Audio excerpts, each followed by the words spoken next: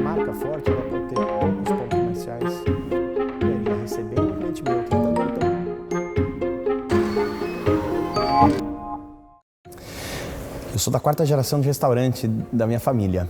E eu sou o desertor da pátria. Eu senti a necessidade de não dar mais continuidade a uma receita de bolo que ela já existia antes. Mas eu sou do comércio.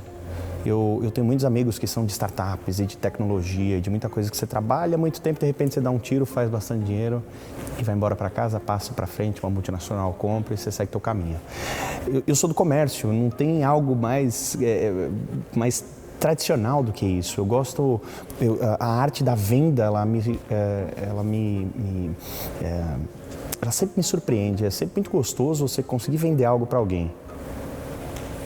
Nunca que alguém se sinta tapeado ou que foi enganado. A arte da venda em si. Não é muito meu lance de negociar preço, e assim como os árabes fazem bastante. Não. Fazer algo que alguém tenha vontade de comprar. Isso eu só consigo fazer se eu estiver no dia a dia com os meus clientes, né? Eu nasci dentro do restaurante do meu pai, que funciona há 34 anos, no mesmo lugar. Na época que meu pai abriu o restaurante, ele tinha 22 para 23 anos, aqui num shopping grande de São Paulo, que abre 7 dias por semana, das 7 da manhã à meia-noite. Um restaurante é difícil, você tem que chegar antes de todo mundo para preparar, fazer pedido, preparar o salão, arrumar ele e começar a servir o almoço. Essa é a minha base, isso foi o que eu aprendi a vida inteira. Eu não consigo, no comércio, um dia perdido, você não recupera ele, perdeu. Na indústria, às vezes, por exemplo, um final de semana, para quem vende chopp e comida, como são nos restaurantes do meu pai, numa sexta-feira que tem chuva e o trânsito para em São Paulo, é uma queda de faturamento absurda. Graças a Deus, o comércio dele trabalha com a capacidade de produção quase que a todo vapor. Então, no dia seguinte, a não ser que eu tenha uma capacidade de aumentar o meu faturamento em 50%, eu consigo recuperar o do dia anterior. Então, eu acho muito importante esse contato do corpo a corpo. Hoje, trabalhando com barbearia, principalmente porque a gente vende serviço e não um produto. Primeiro, auditar se esse serviço está sendo feito da maneira que eu sonhei lá atrás e o quanto eu acho que ele deve ser valorizado, mas também prestigiar aquele cliente que vai tirar o dinheiro do bolso e dar ele para mim no final do dia. Recentemente eu investi bastante em tecnologia para que eu não precise ficar no escritório da minha empresa. Então, para mim tem muito mais valor eu ficar no sofá de alguma barbearia, recebendo um cliente meu, tratando ele pelo nome, perguntando como está a família dele, recebendo críticas, recebendo sugestões e até mesmo a figura de eu estar lá sentado perto dos colaboradores, dos funcionários e tudo mais, faz que tudo ande na linha. Comércio sem disso, comércio é a troca entre as pessoas, né? Isso jamais vai ser substituído por uma máquina. Meu pai tem 24 anos de diferença para mim. Eu com 34 e ele com 58, as nossas ideias elas ainda batem muito, então eu consigo conversar muito com o meu pai sobre negócios sem que a gente tenha um hiato muito grande de gerações, né? Ele é, sem a menor sombra de dúvida, o meu maior ídolo, é a pessoa que eu mais me inspiro. A certa altura do campeonato, a gente teve olhares diferentes sobre a empresa e o futuro do que a gente queria para ela. Meu pai tem o mesmo restaurante há 34 anos no mesmo lugar, ou seja, ele tem um ponto comercial fortíssimo. E quando a gente começou a pensar diferente, eu queria ter uma marca.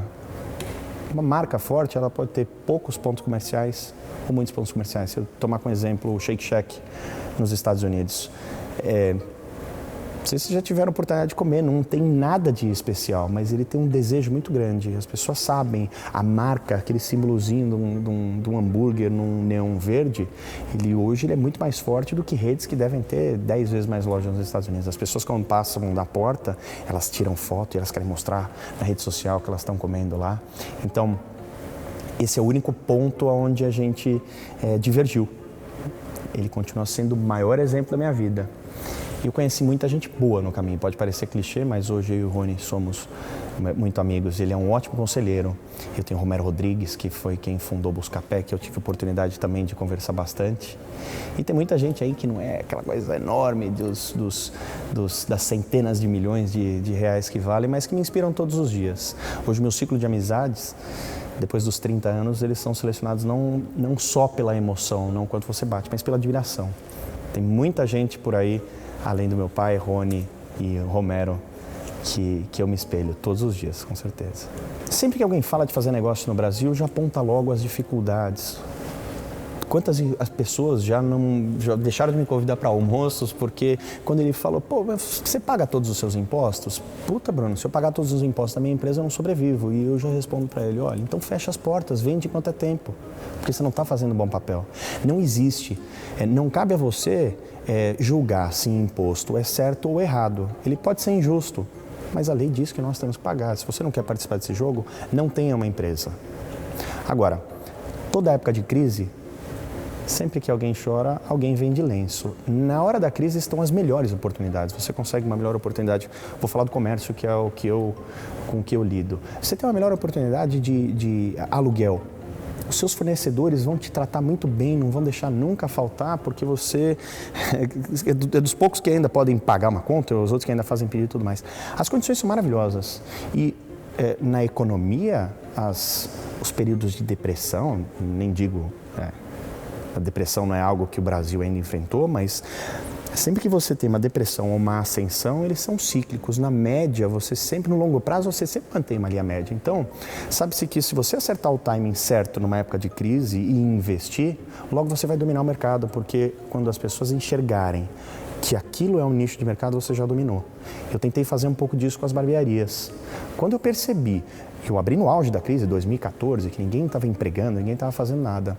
Quando eu descobri que ninguém estava olhando para esse lado ainda, e eu fui, muito mais do que a paixão pela barbearia, foi a paixão que eu tenho pelos negócios e por vender as coisas uns para os outros, até alguém se manifestar e tentar entrar no meu negócio, eu já tinha decolado, estava quase na terceira unidade, eu já estava com produtos e eu já tinha profissionalizado muito da minha produção. Desculpa. Eu já tinha profissionalizado muito dos meus processos de administração da empresa. Sempre que alguém me fala sobre empreender, o termo empreendedorismo, na minha opinião, está muito vulgarizado. Ninguém sabe mais como se julgar empreendedor. A primeira coisa, empreender é tomar risco. Todas as pessoas que hoje se julgam empreendedores, eles estão vislumbrando já a etapa final que pouquíssimos conseguem atingir. Não é um símbolo de status. E muita gente hoje leva o empreendedorismo como profissão. Ele é apenas um estado. Você não é um empreendedor, você está empreendendo.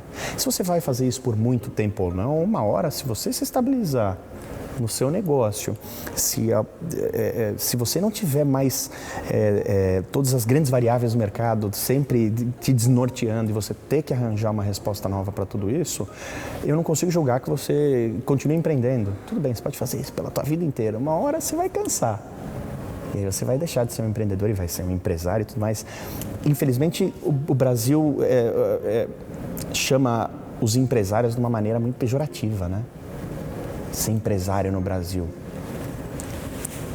Eu aponto às vezes isso até como um fator religioso, que eu não me afundo muito nisso, mas a religião que domina o nosso país diz que você é obrigado a dividir aquilo que você tem. Poxa vida, mas eu tinha 10, eu fiquei com 2, eu já dividi os 8. Não, você tem que ir até o outro. Então, o empresário ele é muito mal visto no país, apesar dele ser pagador de impostos, dele gerar, movimentar a economia, dele gerar emprego.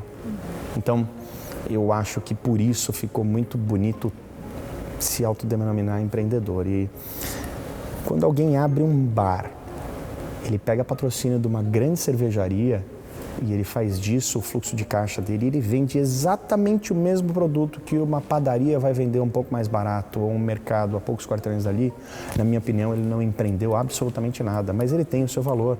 Ele abriu uma empresa, ele está gerando impostos, ele está criando empregos. A primeira grande dificuldade que eu tive quando eu fui empreender, ou seja, eu quis fazer algo que ainda não existia, foi que alguém acreditasse em mim. Ninguém acreditou. Meu pai, como ele é meu melhor amigo, eu acho que ele acreditou, mas ele fingiu um pouquinho que acreditava. E eu acreditei muito no que eu estava fazendo. Uma hora, o meu dinheiro acabou para abrir a primeira loja. E eu queria manter a minha honra de não pedir dinheiro para o meu pai, de não sair por aí e caçar financiamento e tudo mais. A minha primeira grande regra, não pulverizar a minha empresa num aporte inicial de outros sócios que serão apenas investidores. 2 semanas antes de eu abrir a primeira barbearia, meu dinheiro acabou. Era no meio da Copa. Era uma época horrorosa de abrir, que ninguém queria trabalhar, estava todo mundo de ressaca e tudo mais. E eu precisei de 25 mil reais naquela época. Eu limpei o cheque especial da minha conta pessoa física e da pessoa jurídica de uma empresa que eu tinha de distribuição de chopp para bar, restaurante, festa, feira, evento e tudo mais. Hoje, eu contando essa história, ela é muito bonita de ser contada. Né? Nossa, olha lá, ele arriscou e deu certo. Se não desse certo, todo mundo ia falar, mas escuta, você é burro, é o dinheiro mais caro que tem, um cheque especial, 12% ao mês era naquela época. Eu quitei o meu cheque especial em menos de um mês. Foi o investimento mais barato que eu já fiz na minha vida. Você imagina hoje, se eu pegasse 10 pessoas para dar 25 mil reais e eu dissolver a minha marca, eu estaria pagando esses 25 mil reais hoje por mês para eles. Então, quando eu transformei limão em limonada, quando ninguém acreditou em mim e eu peguei aquilo que o mundo ia achar que era o dinheiro mais caro e mais perigoso que tinha para ir atrás do meu negócio. Uma frase que eu levo para minha vida e eu tento sempre passar para os outros: só existe uma profissão no mundo, é a de vendedor. Você pode ser um maravilhoso profissional na sua área, se você não soubesse vender, as pessoas não vão chegar até você. E na vida tudo é uma troca, né? A economia é a troca entre as pessoas. Normalmente você presta um dinheiro, normalmente você presta um serviço ou vende um produto em troca do dinheiro.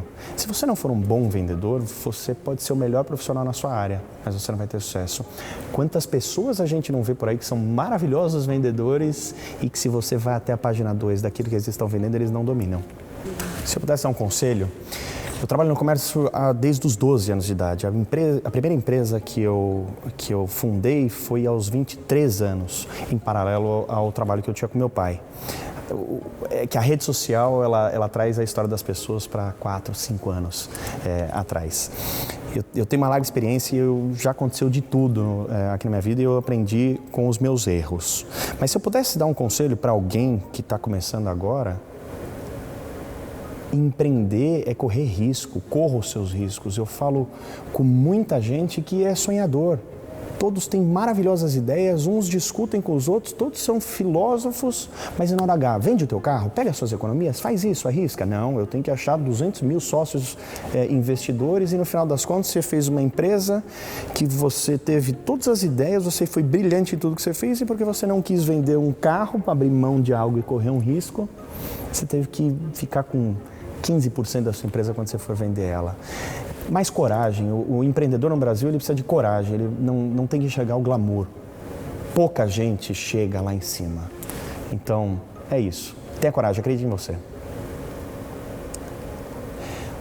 Se a minha empresa deixasse de existir, o país perderia em oportunidade de pessoas que não tiveram as melhores oportunidades nos estudos.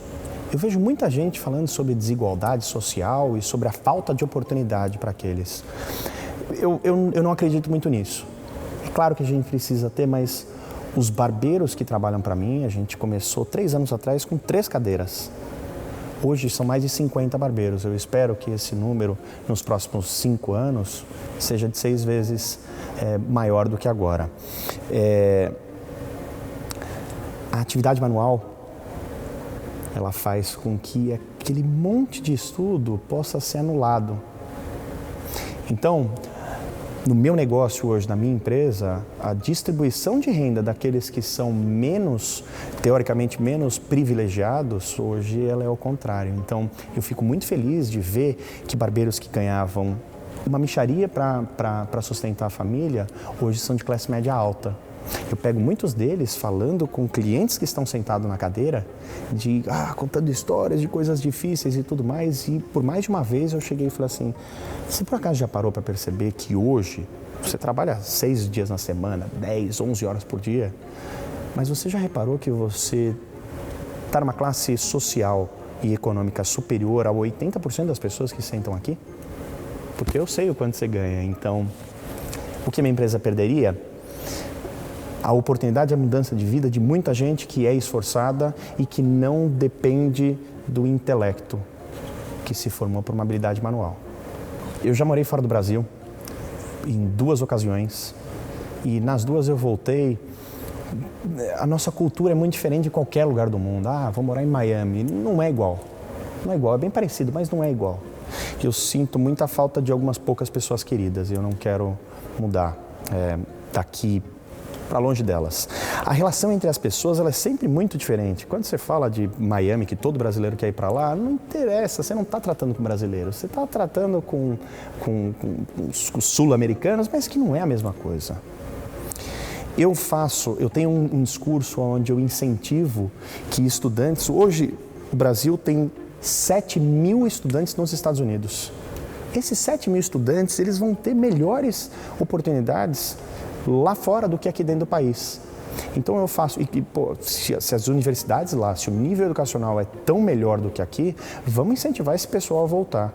Então, constantemente em rede social, eu desafio alunos de Harvard, MIT ou de outras faculdades que estão, que tudo bem, pode ser que eles não queiram trabalhar numa barbearia, mas eu incentivo que eles voltem para o país e que a primeira conexão seja comigo e que eu dou um primeiro emprego para eles aqui, dentro da barbearia, junto comigo e tento encaminhar eles para seja lá qual for a área que eles tiverem de atuação. Eu acredito realmente no país. A gente está vivendo um momento político que me emociona muito e que mostra que eu ainda vou ver uma luz no fim do túnel, que talvez a minha irmã, que tem 15 anos hoje, ela já viva um país melhor. A gente tem um monte de problemas de educação de base, que a gente tem de segurança, mas a economia no Brasil ela tem um potencial maravilhoso se ela for mais bem organizada por pessoas que possam fazer trocas melhores, que seja uma melhor prestação de serviço, que seja uma melhor organização de algo que você vai produzir aqui no Brasil e que não no exterior. Eu incentivo muito que o caminho seja o inverso, que venham para o Brasil para melhorar o país aí no médio prazo e não que todo mundo vá embora. Sobre ser brasileiro,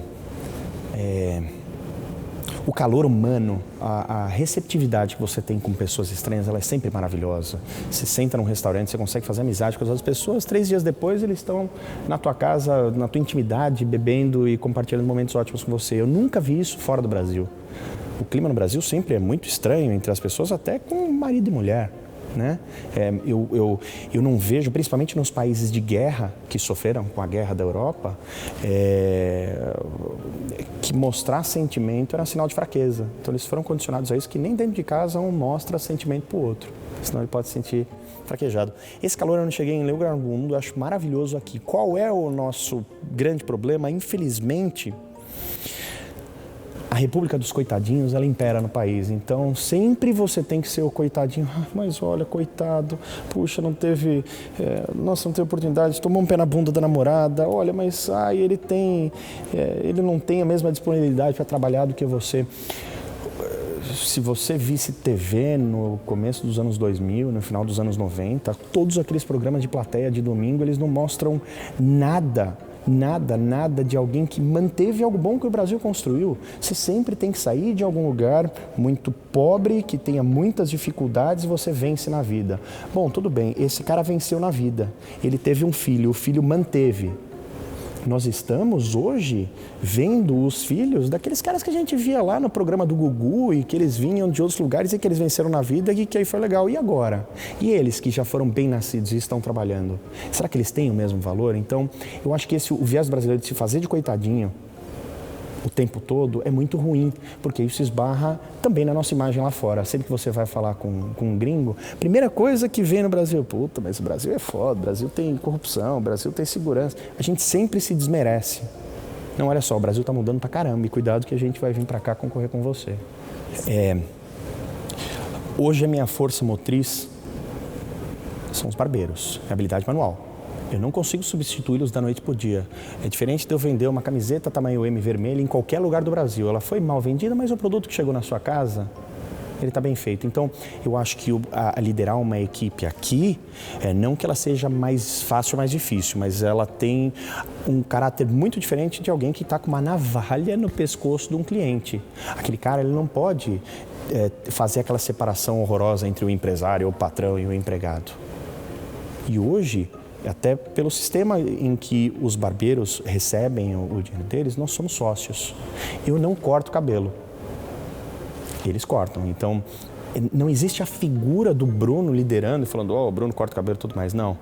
Quando eu sento e converso com eles, eu falo o seguinte, você precisa entregar o melhor corte de cabelo que você puder. Eu vou encher de gente aqui dentro dessa barbearia, nós vamos ser felizes assim. Então eu trago as pessoas e você tem que fazê-las voltarem com a qualidade do seu corte. Eu tento hoje, são mais de 300 pessoas que estão envolvidas na operação todos os dias. É claro que tem dia que alguém está de ressaca, tem dia que alguém brigou com a mulher, tem dia que tem gente que está com problema financeiro e tudo mais. A gente tem que saber lidar com essas pessoas. No final das contas, eu gerencio pessoas, eu não vendo corte de cabelo. E o que eu tento passar para eles é que eu quero vencer pelo mérito e não pela imposição. Há uma grande diferença nisso, né? Você ser autoritário vai falar assim, você vai me obedecer.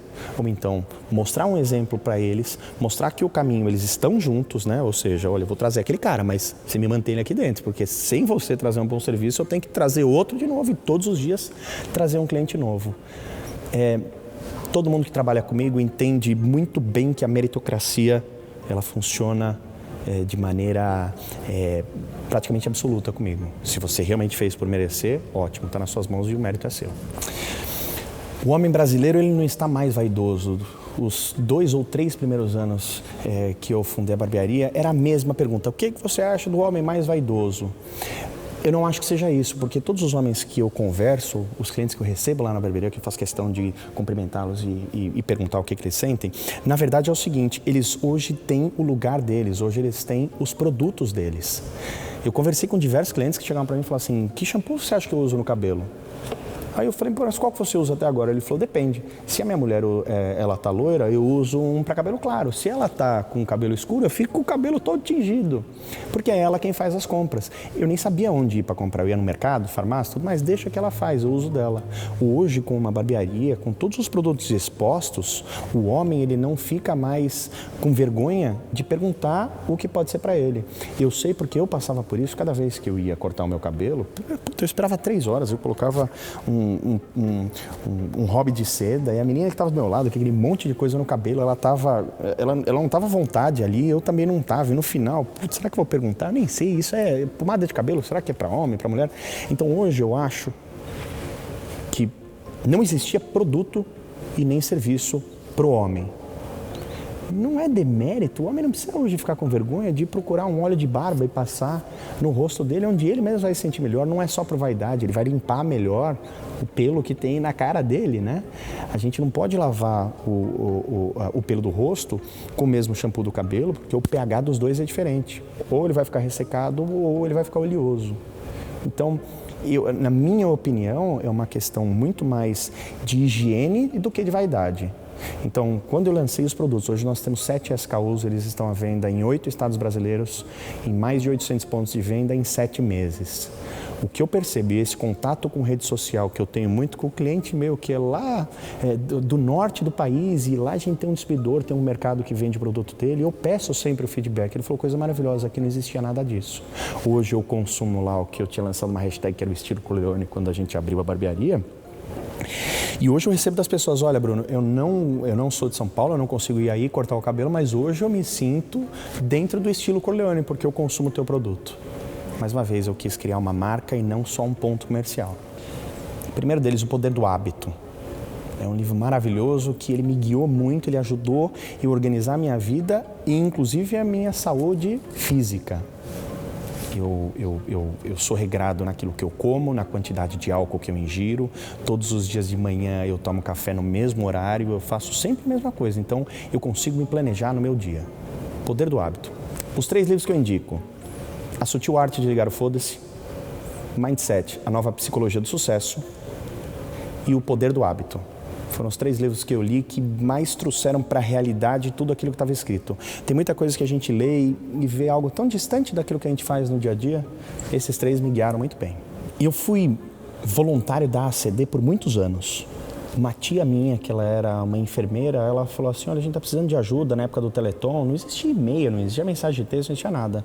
Eles pediam para que eu fizesse, pegasse um panfleto, colocasse dentro do envelope e fechasse e colocasse uma etiqueta na frente. Eram sempre 20 mil envelopes que eu tinha que fazer. Peguei gosto por aquilo, de tentar ajudar o próximo, mas o que eu nunca gostei foi o assistencialismo.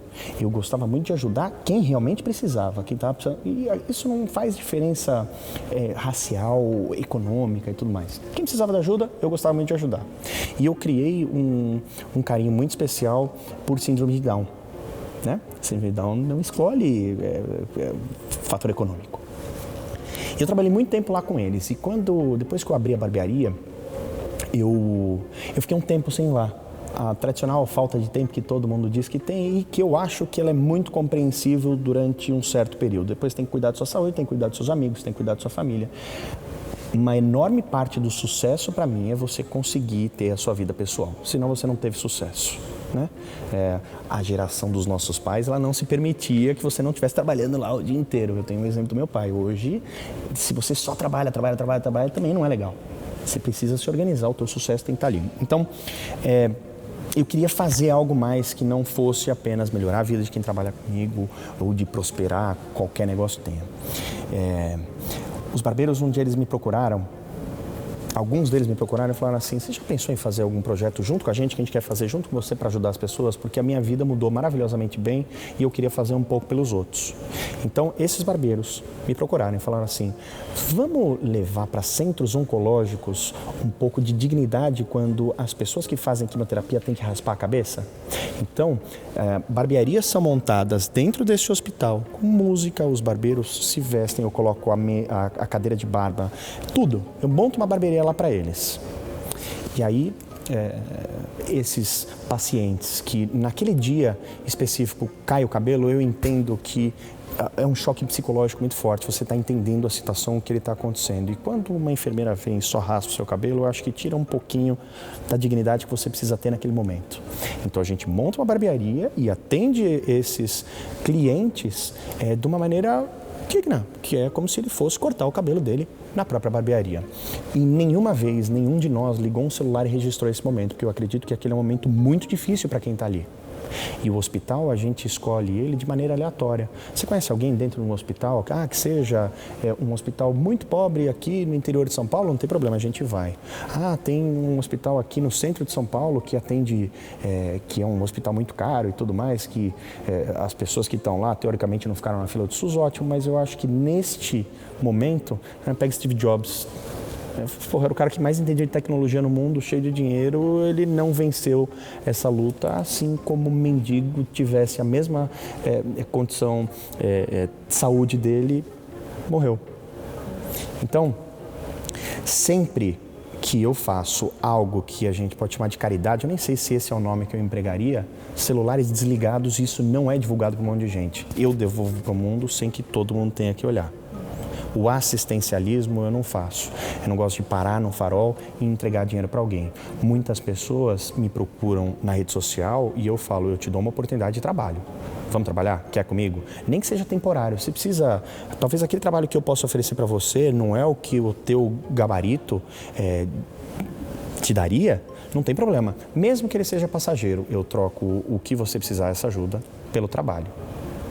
Eu acho que dessa maneira eu consigo retribuir um pouco daquilo que eu tenho e não necessariamente para aquilo que o Brasil sempre mostra da República dos Coitadinhos, que você tem que sair do nada para ir em algum lugar.